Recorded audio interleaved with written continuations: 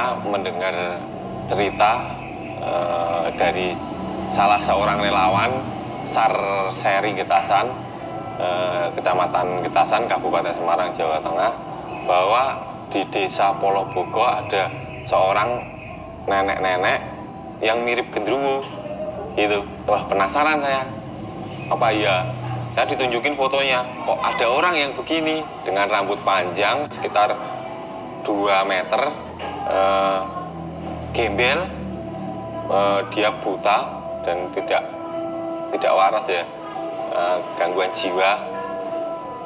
Saya penasaran itu, kok ada ya orang yang seperti ini. 1 hari kemudian setelah mendengar itu, saya minta, tolong dong saya diantar ke sana. Sesampainya di sana, saya ditunjukkan sebuah rumah dari papa ya, disinggahi oleh seorang nenek-nenek tua, sekitar umur 50-an tahun lah. Saya buka pintu itu di rumahnya yang terbuat dari papan. Kaget saya. Wah, baunya bukan main bau sekali pokoknya. Di situ seorang wanita yang memang persis yang saya lihat di foto dan bikin bulu kudus saya merinding. Kok ada ya orang yang seperti inilah? Keluarganya kemana? Dia ditinggal keluarganya, jadi sudah meninggal dan nggak tahu keluarganya pergi kemana. Katanya kalau dimandikan sama orang-orang itu dia berontak, nggak mau. Dipotong atau didekati aja nggak mau, dipotong rambutnya itu nggak mau sama orang-orang. Saya coba itu membujuk dan alhamdulillah mau. Sudah itu saya mau rencana 2 hari lagi saya kesini untuk memotong rambutnya. Wah, ternyata setelah saya unggah di sosial media pribadi saya, banyak sekali yang respon.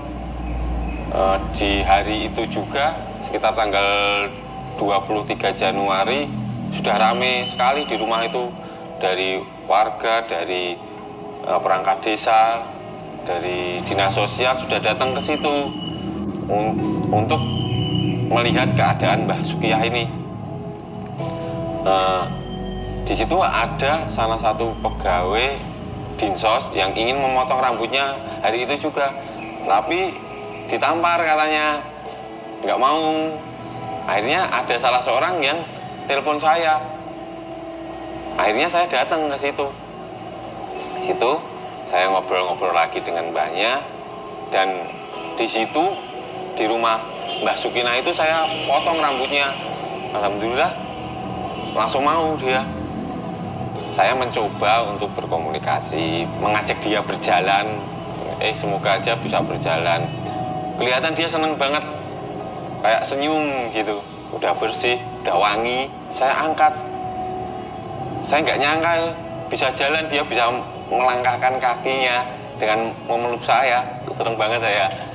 Dia juga kelihatan ketawa. Alasan saya untuk melakukan pembersihan untuk Mbah Sukina ini ya karena saya kasihan kok ada manusia yang nggak seperti layaknya manusia. Jadi saya berpikir bagaimana, apa yang bisa saya lakukan untuk Mbah Sukina ini.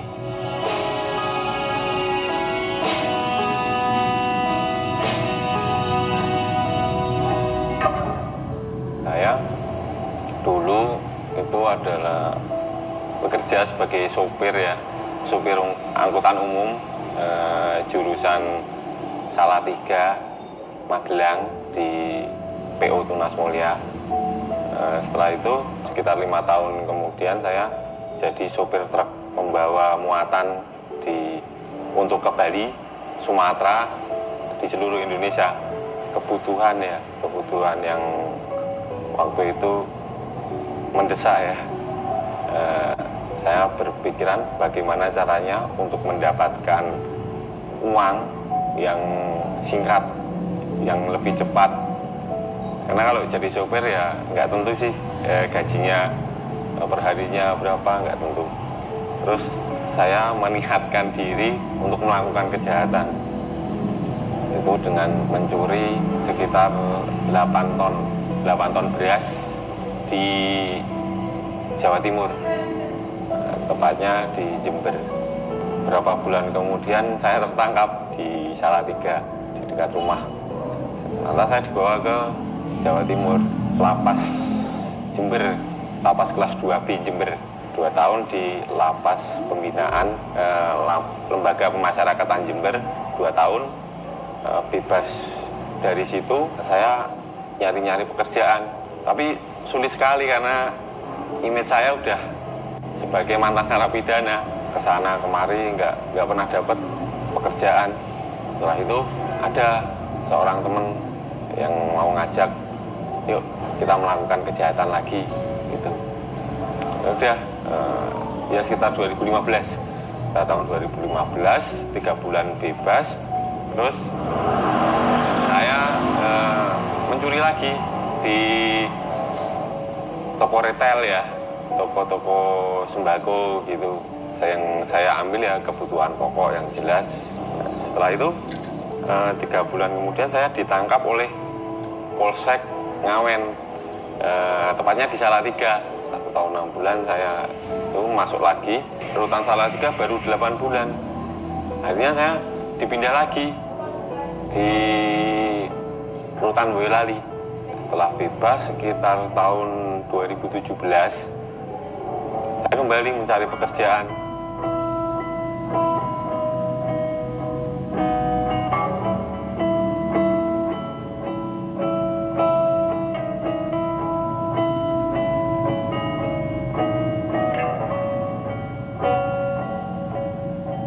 Dari pengalaman di penjara, kadang sedih juga ya.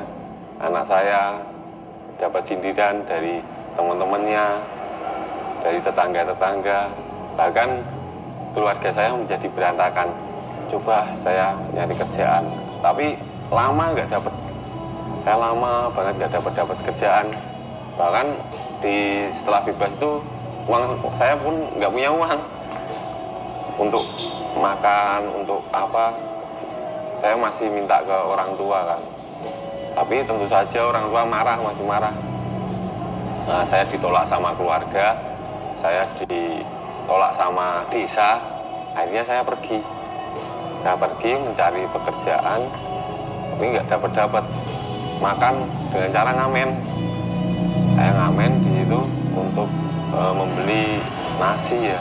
Saya berkumpul dengan teman-teman sesama pengemis, semua orang-orang ngamen. Di situ saya melihat bagaimana susahnya mencari uang untuk makan sehari-hari. Pas saya makan, duduk di pinggir jalan, ada salah satu komunitas kemanusiaan yang berbagi nasi. Itu saya dikasih. Betapa senangnya saya waktu itu dikasih hanya sebungkus makanan. Tapi rasanya itu nikmat sekali. Terus saya berpikir, andai kata saya punya uang, mungkin saya yang akan berbagi kepada mereka.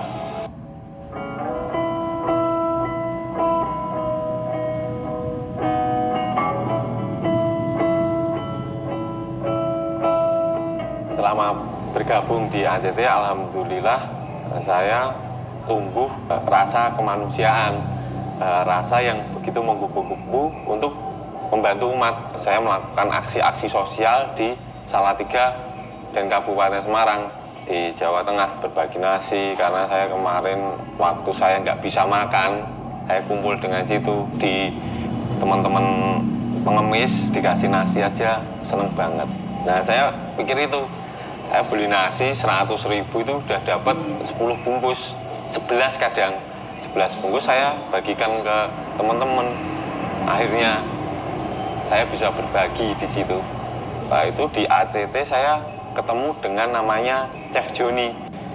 Dia yang pegang konsumsi di ACT. Jadi beliau adalah chef. Saya diamanai dari ACT untuk membawa food truck community, dikhususkan untuk di kebencanaan, jadi membagi 1000 porsi nasi. Saya bercakap-cakap dengan Chef Joni, kita ngobrol di situ bahwa relawan itu banyak pengangguran.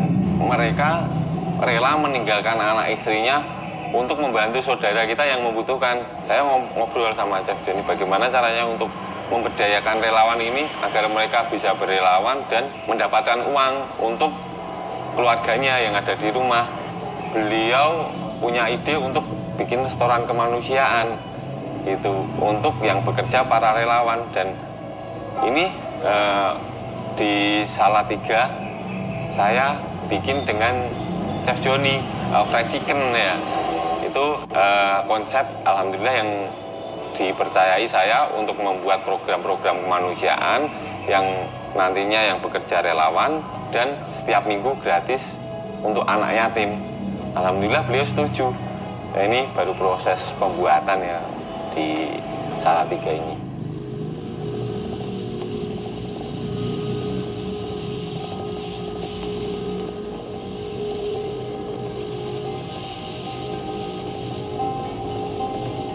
Dan ini alhamdulillah saya ada penghargaan dari ACT ya, mendapatkan umroh gratis di tahun 2019.